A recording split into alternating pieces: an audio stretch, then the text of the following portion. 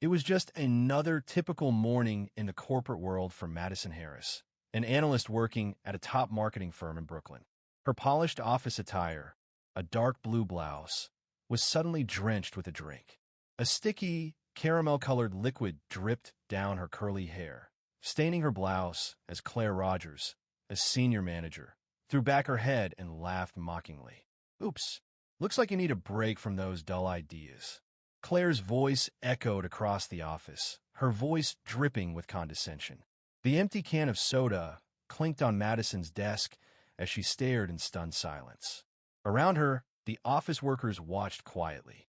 Some looked embarrassed, but most appeared indifferent to the cruelty unfolding. It was a quiet Friday afternoon, the perfect time for some calculated humiliation. Madison remained still, her dark brown eyes steely with resolve. The liquid in her hair wasn't what they thought it was. No, this wasn't about the drink. This was about something deeper. Her phone buzzed in her hand, and she quietly typed a message. "Going to call your boyfriend to come save you?" mocked Jason Turner, the junior coordinator, filming it all with his phone. "Bet he rides a subway in from the Bronx." Claire's laugh was shrill and her tone cruel.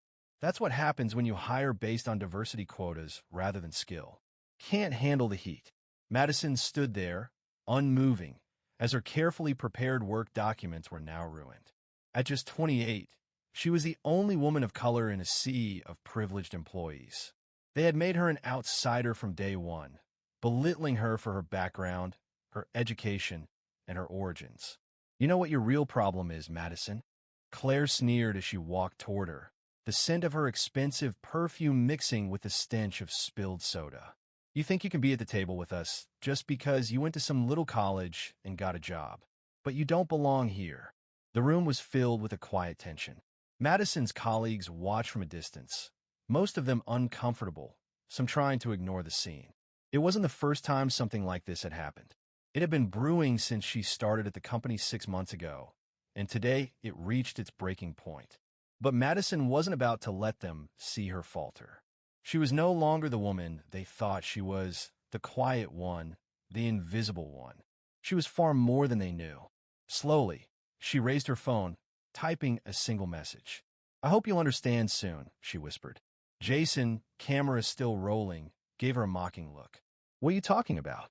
You've lost it, haven't you?" Madison glanced at the watch on her wrist, a sleek, discreet timepiece that had been a gift from someone who understood her worth. She had to make them realize who they were messing with. In the distance, the private elevator doors opened with a soft ding. 3 security guards stepped out, followed by a man who carried the weight of authority. His presence was commanding, tall, sharp, with a look that made even the harshest critics quiet. "Madison," a deep voice echoed across the room. "Are you okay?" The man was none other than Oliver Knight, the CEO of Knight Enterprises, the parent company of the marketing firm. He was a billionaire with a reputation for being ruthless in business, but today his focus was on one person, Madison. The employees froze as Madison's situation suddenly turned. What they didn't know was that Madison wasn't just a regular employee trying to climb the corporate ladder. She was far more connected than anyone could have guessed. Oliver stepped forward, his voice cold with authority. "Security, remove these 3 individuals from the premises immediately." Claire's eyes widened as she stepped up, trying to process the situation. "Who do you think you are? This is our office. Madison works for us." Oliver stood beside Madison protectively. "This is my office. Knight Enterprises is the majority shareholder of your firm. I run this company." The room fell silent as the realization hit. Jason dropped his phone, and Claire's face drained of color as she searched for answers on her phone. CEO of Knight Enterprises. Net worth, $12 billion. Madison, still composed, wiped her face with a tissue and spoke calmly. "You thought I was weak because I stayed silent. But you misread me. I've been collecting evidence for months." "Go ahead," she added softly, a small smile forming as she stared down the 3 tormentors. Before they could process it, a new figure entered the room. Thomas Grant, the company's lead legal advisor and Madison's longtime friend. "I have everything," Thomas said, holding up a folder. "Documentation of harassment, discrimination, and a toxic work environment. Brad, one of the three instigators, blurted, "This is crazy." It was just a joke. She never complained. Madison looked at him calmly. It was never about the joke. It was about the system you perpetuate. You think this is a game? Well, it's not. Madison's team had quietly been working on a revolutionary new software system for months, and today, it was ready to change the entire landscape of marketing data analysis. It was worth millions, and it was entirely her creation. "I don't think you fully grasp what's happening here," Madison continued. "This is my project, and it's going to change the way your company works. But first, let's address what really happened here." In a bold move, Madison opened her laptop and projected a presentation to the entire company.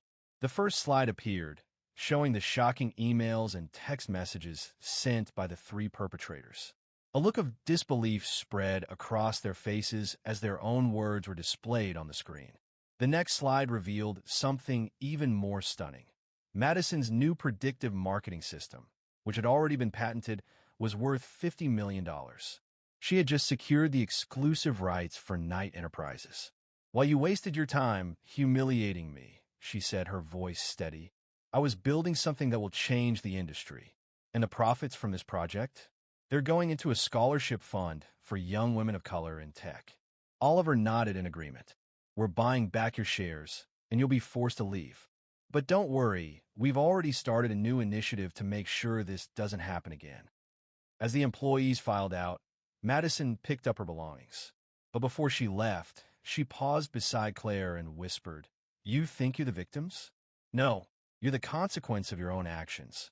Months later, the company filed for bankruptcy, and a new, groundbreaking tech institute for women of color was established in its place.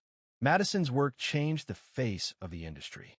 She had turned every ounce of humiliation into a force for good, transforming her pain into a movement for social change. Madison's journey was more than just a story of personal triumph. It was a powerful testament to the strength of perseverance and the transformative power of turning adversity into opportunity. In a world where injustice often prevails, her story stands as a shining example of how one person's courage can spark widespread change.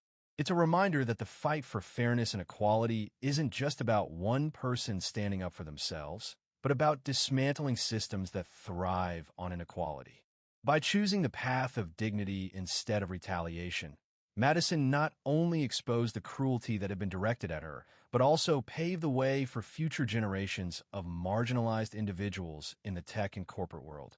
Her quiet resolve, combined with her unwavering commitment to earning her place, became the catalyst for a movement that would challenge industries to rethink their outdated practices and prejudices.